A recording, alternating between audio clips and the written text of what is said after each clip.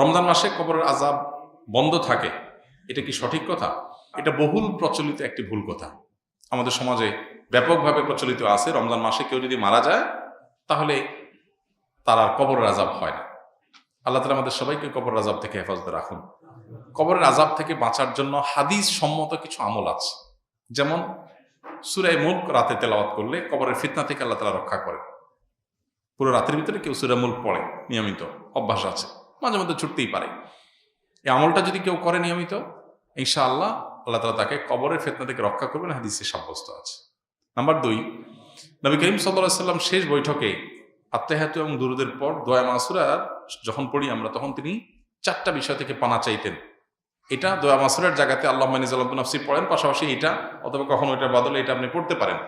দোয়াটা হলো আল্লাহুম্মা ইন্নী আউযু বিকা মিন আযাবি জাহান্নাম ওয়া মিন আযাবিল কবর ওয়া আউযু বিকা মিন ফিতনাতিল মাহইয়া ওয়াল মামাত ওয়া আউযু বিকা মিন শাররি ফিতনাতিল মাসিহিদ দাজ্জাল।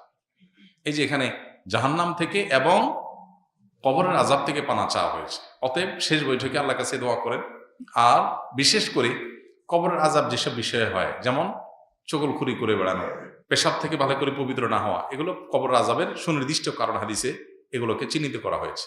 অতএব এগুলোর ব্যাপারে সতর্ক থাকা, এগুলো থেকে বেঁচে থাকার চেষ্টা করা। ইনশাআল্লাহ এই প্রক্রিয়ার মধ্য দিয়ে আমরা কবরের আযাব থেকে আল্লাহর কাছে পানা চাইতে পারি। বাকি রমজান মাসে মারা গেলেই কবরের আযাব অটোমেটিক বন্ধ এমন না। কেউ যদি খারাপ মানুষ, ফাসিক মানুষ, ওই অবস্থায় তার মৃত্যু হয় রমজানে, তাহলে তার আযাব হতে পারে। কেউ যদি নেককার হয়ে অন্য কোনো মাসেও মারা যায়, তবে কবরের আযাব নাও হতে পারে। কবরের আযাব হওয়া না হওয়ার সাথে রমজানের সম্পর্ক নেই, সম্পর্ক হলো কিসের? আমলের। কবরের আযাব না হওয়ার বন্দোবস্ত দুনিয়া থেকে আপনি করে গেলেন কিনা, এটার সাথে সম্পর্ক। সালাম দিলে 90 নেকি এবং উত্তর দিলে 10 নেকি, কথাটা সহি কিনা? এটাও বহুল প্রচলিত একটি গায়রে সহি কথা। সালাম দিলে 90 নেকি, সালামের উত্তর দিলে 10 নেকি, এরকম এইভাবে কোনো হাদিসে বিশুদ্ধভাবে সাব্যস্ত হয়নি। যেটা আছে সেটা হলো, কেউ যদি আসসালামু আলাইকুম বলে তাহলে সে 10 নেকি পাবে। ওয়া রাহমাতুল্লাহ যদি বলে আরো 10 নেকি যোগ হবে। ওয়া বারাকাতুহু বললে আরো 10 নেকি যোগ হবে। তাহলে মোট কত হলো? 30। এটা হাদিস দ্বারা সাব্যস্ত। দিলে 90 আর নিলে 10, এটা কোনো বিশুদ্ধ হাদিস দ্বারা সাব্যস্ত না। তবে হ্যাঁ, এটা ঠিক যে সালাম নেওয়ার চাইতে সালাম যিনি দিচ্ছেন তার সওয়াব বেশি হবে, কারণ তিনি ভালো কাজের সূচনা করেছেন। আবার আরেকটা ইম্পর্টেন্ট কথা হলো, সালাম দেওয়াটা সুন্নত, নেওয়াটা ওয়াজিব। দেওয়াটা সুন্নত, নেওয়াটা ওয়াজিব। এখানে ইসলামের একটা সামাজিক সৌন্দর্য দারুণভাবে ফুটে ওঠে। সেটা কি? একজন মানুষ আপনাকে সালাম দিয়েছেন, এখন আপনি যদি জবাব না দেন, তার মানে আপনি লোকটাকে ইগনোর করলেন, অপমান করলেন, তার সালামটাকে আপনি ডিনাই করলেন, তাহলে আপনি একটা লোকের কষ্টের কারণ হলেন। এটা আপনি করতে পারেন না। ইসলাম আপনাকে সামাজিক হতে বলেছে। তিনি যদি আসসালামু আলাইকুম বলেন, আপনি সৌজন্যতার খাতিরে ওয়ালাইকুম আসসালাম বলতেই হবে। হ্যাঁ, আপনি কাউকে সালাম দেন নাই, আপনি গুনাহগার না। কেউ দিয়েছে, আপনার এখন সৌজন্যতা রক্ষা করতে হবে। কেউ হাঁচি দেওয়ার পর আলহামদুলিল্লাহ বলেছে, আপনি শুনেছেন, তাহলে আপনার উপর ওয়াজিব ইয়ারহামুকাল্লাহ আপনাকে বলতে হবে। এটা মিন হাক্কিল মুসলিম এবং ইমানের ৭৭ শাখার একটা, যে হাসি দিয়েছে, আলহামদুলিল্লাহ বলেছে, আপনি শুনেছেন, তাহলে জবাব দিবেন। কেন? কারণ লোকটা হাসি দিয়ে যখন আলহামদুলিল্লাহ বলল এবং আপনি শুনতে পেয়েছেন, তাহলে সেক্ষেত্রে আপনি রিপ্লাই করার অপশন যেহেতু আছে, রিপ্লাই যদি না করেন, ব্যাপারটা হলো আপনি অসৌজন্যতামূলক আচরণ করলেন, তাকে আপনি ইগনোর করলেন, অপমানিত করলেন। এটা করতে পারেন না। এই জন্য কারোর সাথে দেখা হলে হাসিমুখে কথা বলতে বলা হয়েছে। হাসিমুখে কথা না বলে মানে আপনি তার দ্বারা বিরক্ত হতে পারেন। হাসিমুখে কথা বললে পজিটিভ অ্যাপ্রোচে কথা বললেন। ইসলামের যে সামাজিক সৌন্দর্য আছে, এখনকার পৃথিবীর মানুষ ভদ্র হয়েছে কয়দিন আগে, কয় বছর আগে। ইসলাম 1450 বছর আগে এগুলো শিখেছে আমাদেরকে। এখন বলে মে আই কামিং স্যার, আমি আসতে পারি?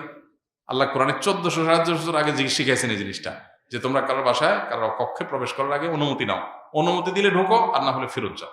ইসলামের চাইতে আধুনিক ইসলামের চাইতে বেশি সৌজন্যতা বোধ আর কোথাও কোনো সমাজে কোনো কিছুতেই নাই। অতএব যে ইসলাম পালন করবে তার ভিতরে তার সবাই আছে, আর যার ইসলাম নাই তার হয়তো কিছু থাকতে পারে, আরেকটা নেই। তার দুনিয়া আছে, আখিরাত নেই। আর আমরা তো আল্লাহর কাছে দোয়া করব, রব্বানা আতিনা ফিদ দুনিয়া হাসানা ওয়া ফিল আখিরাতি হাসানা। আমাদের বাবা ঢাকা নবাবপুরে বিশিষ্ট ব্যবসায়ী। আমি মাদ্রাসায় পড়তাম। আমার স্মৃতিশক্তি কম থাকায় 2 বছর পরও পরীক্ষা দিতে পারিনি, তাই এখন পড়াশোনা ছেড়ে বাবার ব্যবসায় সহযোগিতা করছি। আমার বাবা দোকানের কর্মচারীদের সাথে ভালো ব্যবহার করেন, কিন্তু আমার সাথে তিনি গালমন্দ করেন, আমাকে ইঙ্গিত করে কষ্ট দিয়ে কথা বলেন, যার ফলে আমার দোকানের কর্মচারীগণ হাসাহাসি করেন।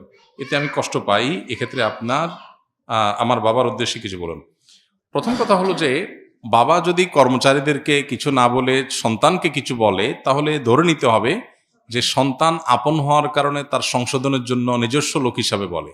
আরেকজনের সন্তানকে আরেকজনের বা ভাইকে, ব্রাদারকে, অন্য ঘরের মানুষকে শাসন করতে ইতস্তত বোধ করেন, কিন্তু নিজের সন্তানকে শাসন করেন। যে অনেক সময় দেখা যায় যে নিজের সন্তানকে বেশি শাসন করা হয়, এটা স্বাভাবিক। যিনি প্রশ্ন করেছেন তাকে বলতে চাই, আপনার বাবা আপনাকে একটু বেশি শাসন করেন, দোকানের অন্য কর্মচারীদেরকে শাসন করেন না। এটা আপনি ঘরের লোক হওয়ার কারণে। কারোর ছেলে বিড়ি খায়, কেউ তাকায়ও না, নিজের ছেলেটা বিড়ি খাইছে দেখলে শাসন করে, এটাই তো স্বাভাবিক। বরং তবে আপনি যেটা বলেছেন গালমন্দ করার কথা, সেটা যদি সত্যি আপনার বাবা করেন সেটা অন্যায়।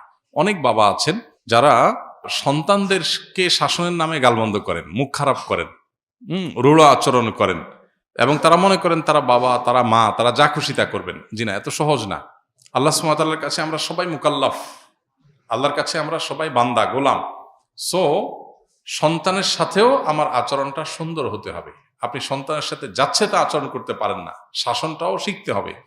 এই যে ভালো প্যারেন্টিং, ভালো অভিভাবকত্ব, এই বিষয়টার সাথে একজন মানুষের ইবাদতের সম্পর্ক সুনিবিড়। অভিভাবক হয়েছেন দেখে সন্তানকে যা খুশি বলে তা বলতে পারেন না। পাশাপাশি বাবাদের, মায়েদের এটাও খেয়াল করা দরকার যে নিজের সন্তানকে শাসন বেশি করবেন সেটা যেমন সত্য, আপনার আচরণ, ভালো আচরণ পাওয়ার হকদার অন্য লোকের চাইতে আপনার পরিবারের লোক আরো বেশি, সেটাও সত্য।